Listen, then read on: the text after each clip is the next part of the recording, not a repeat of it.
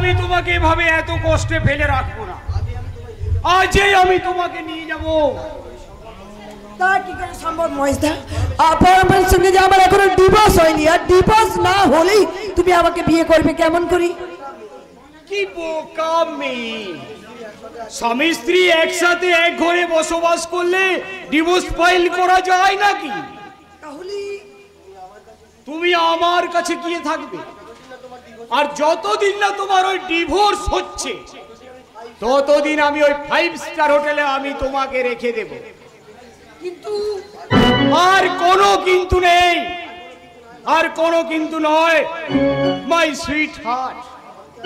পরমকে আমি ওভার ডিউটির কাজ দিয়ে কারখানায় আটকে রেখেছি। এটা আমাদের পালানোর একটা মক্ষম সুযোগ। চলে এসো ডার্লিং। তাই যাচ্ছি। আজ আজ আমি আমার স্বামী সংসার ছেড়ে তোমার হাত ধরে ওই নতুন জীবনের পথে পাড়ি দেব।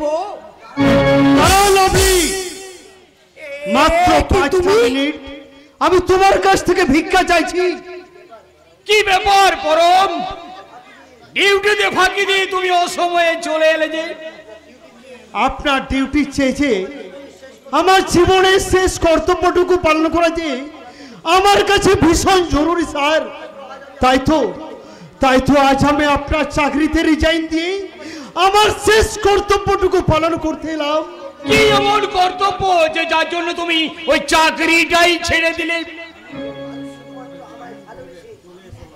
একজন মানুষ শুধুমাত্র আমাকে ভালোবেসে তার আত্মীয় স্বজনদের ছেড়ে 5টা বছর আমার পাশে পাশে থেকেছে, আজ আমাকে ছেড়ে চলে যাওয়ার সময় তাকে শেষ বিদায় জানানোটা কি আমার কর্তব্য নয় স্যার?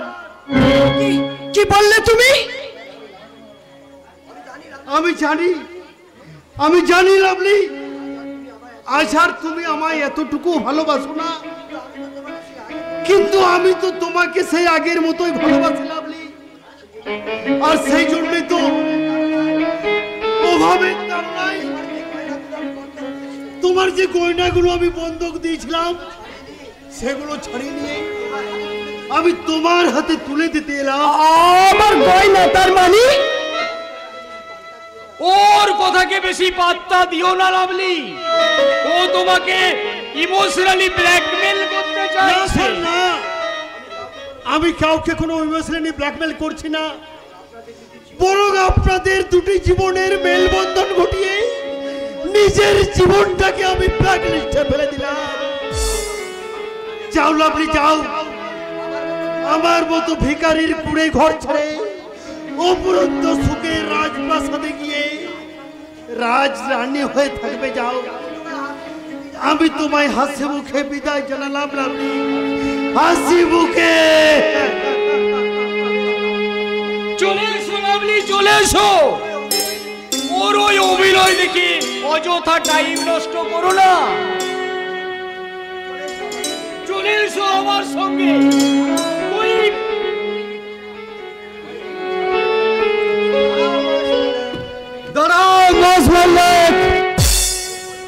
এই পরিবারের মান সম্মানকে পথের ধুলোয় মিশিয়ে দিয়ে এই বাড়ির বউকে ফুসলিয়ে নিয়ে আমি তোমাকে পালাতে দেব না শয়তান। ওদেরকে যেতে দে শুভ। না, নিজের অভিমানের বসে কখনো কোনো দিন কারো সাথে আপোষ করো না দাদা। বৌদিকে তুমি জোর করে আটকে রাখো, প্রয়োজনে তোমার অবাধ্য স্ত্রীকে শাসন করো। আর আমি আজ এই শয়তানটাকে বুঝিয়ে দিচ্ছি, অন্যের ঘর ভাঙার পরিণাম কতখানি ভয়ঙ্কর হতে পারে, কতখানি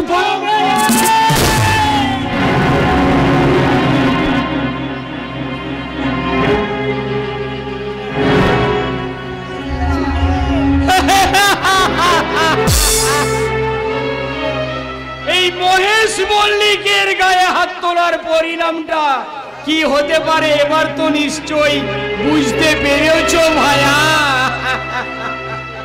চলে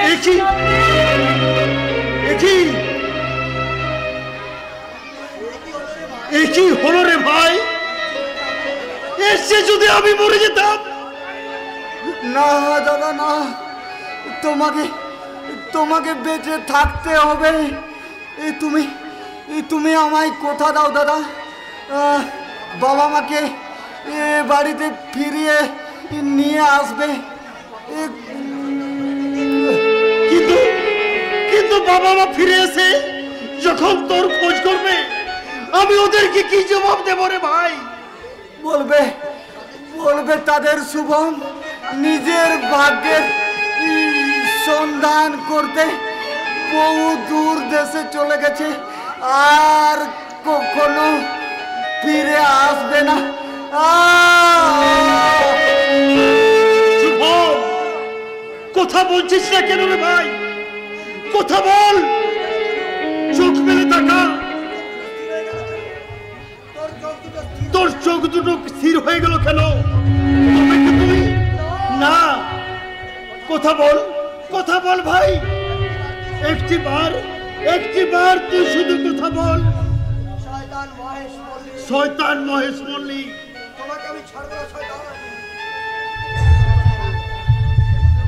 তোমাকে আমি ছাড়বো না শয়তান। কিন্তু তার আগে আমি মা বাবাকে বাড়িতে ফিরিয়ে আনবো। শেষবারের মতো তারা দাদাই শুভমকে একটুকু চোখের দেখা। না, শুভম নেই জানতে পারলে, মা বাবা যদি সেই শোক সহ্য করতে না পারে, যদি কোনো ঘটনা ঘটে যায়, তার চেয়ে মা বাবাকে আমি বলবো শুভম নিজের ভাগ্য করতে অনেক